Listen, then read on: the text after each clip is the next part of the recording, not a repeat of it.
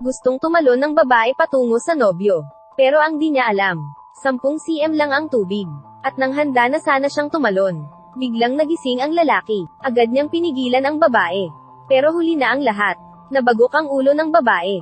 At nagsugat ito, at nahulog sa tubig. Nang makitang sugatan ang minamahal, agad niya itong nilapitan. Nilagay niya ang babae sa floaty. Pero dahil malala ang sugat, hinimiti ito. Matagal na palang inabandona ang pool na ito. 2 oras kanina, naliligo pa si Dazuang dito. Pero ang di niya alam, binuksan ng trabahador ang drain. Nagsilabasan na rin ang tubig. Si Dazuang naman, ay ini-enjoy pa ang araw. Pero paggising niya, bumaba na ang level ng tubig.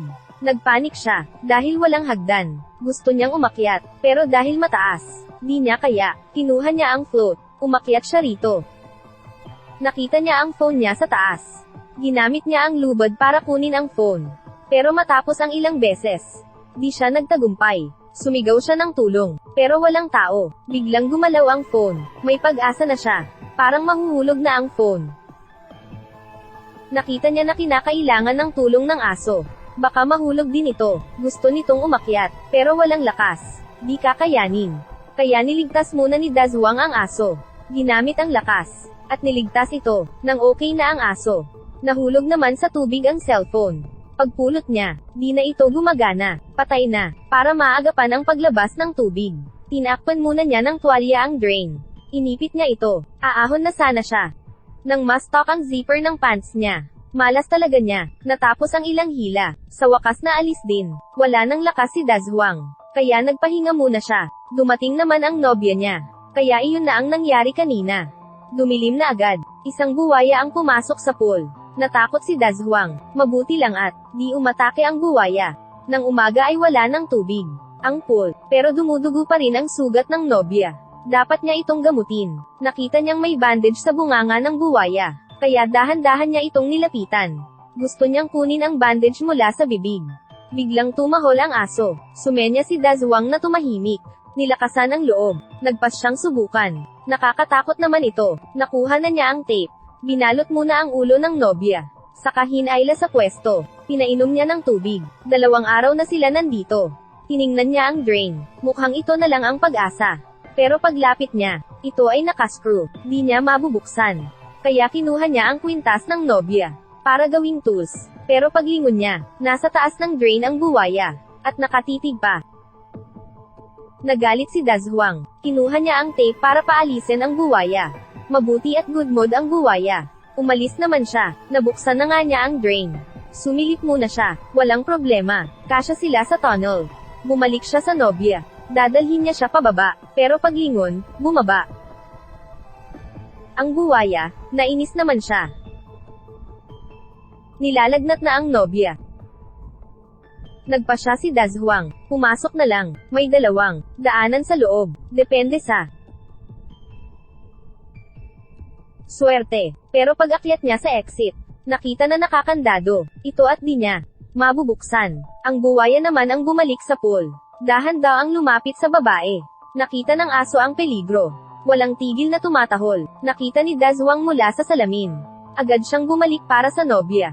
Narating na ng buwaya ang babae. Sobrang delikado. Hinayla ni Dazuang ang buntot. At saka hinagis ito. May stick pa na nilabas.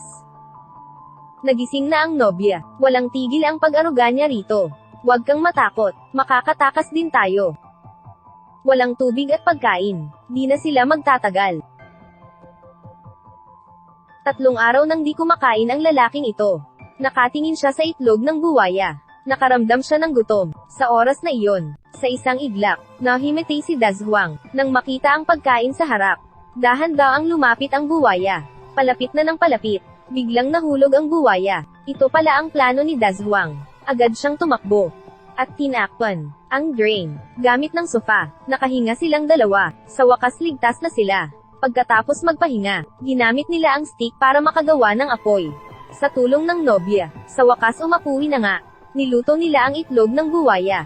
Nabusog naman sila, pero di pa rin sila pwedeng magtagal. Kailangan nilang mag-isip paano makaalis.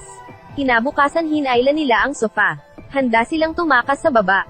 Paglabas ng buwaya, agad silang bumaba. Nakita ng buwaya na wala na ang itlog. Nagalit na ito. Binukas ang bibig, at saka sumugod. Mabuti at mabilis si Dazhuang. Nakaiwas siya rito. Pumunta sila sa exit, pero di pa rin mabuksan ang nakalock na grate. Kaya naman, nanlumo silang dalawa, pero naalala nila ang anak. Kaya nagkaroon sila ng pag-asa. Kinabukasan, bumalik si Dazhuang sa pool. Biglang hamangin ng malakas. Nilaipad ang alambre. Tiniis ni Dazhuang ang sakit at umakyat. Akala niya tagumpay na, pero nadulas siya. Nahulog si Dazhuang. Saka hinimete. Pagkagising niya, nakita niyang kinagat ng buwaya ang paa niya. Agad siyang tumakas sa buwaya. Kinuha ang balde at hinampas. Hanggang sa nahilo ito. Sa oras na iyon ay umulan ng malakas. Walang magpapatalo sa kanilang dalawa. Napuno ng tubig ang tunnel. Humingi ng tulong ang nobya. Nakita ito ng aso at tumalon. Pero namatay din ito. Nagpanik na si Dazhuang. Tinitigan ang buwaya. Kinuha niya ang poste at sinaksak ang buwaya. Ginamit ni Dazhuang ang leash ng aso at nakaakyat. Binuksan niya rin ang grate at nailigtas ang nobya. Sa wakas natapos na ang kanilang problema. Kailangan sabihin na, mababa lang ang puhunan ng pelikulang ito. Isang pool, isang lalaki at babaeng bida, isang aso, at isang buwaya na ginawa ng computer. Pero okay naman ito. Sige na, ako si Xiao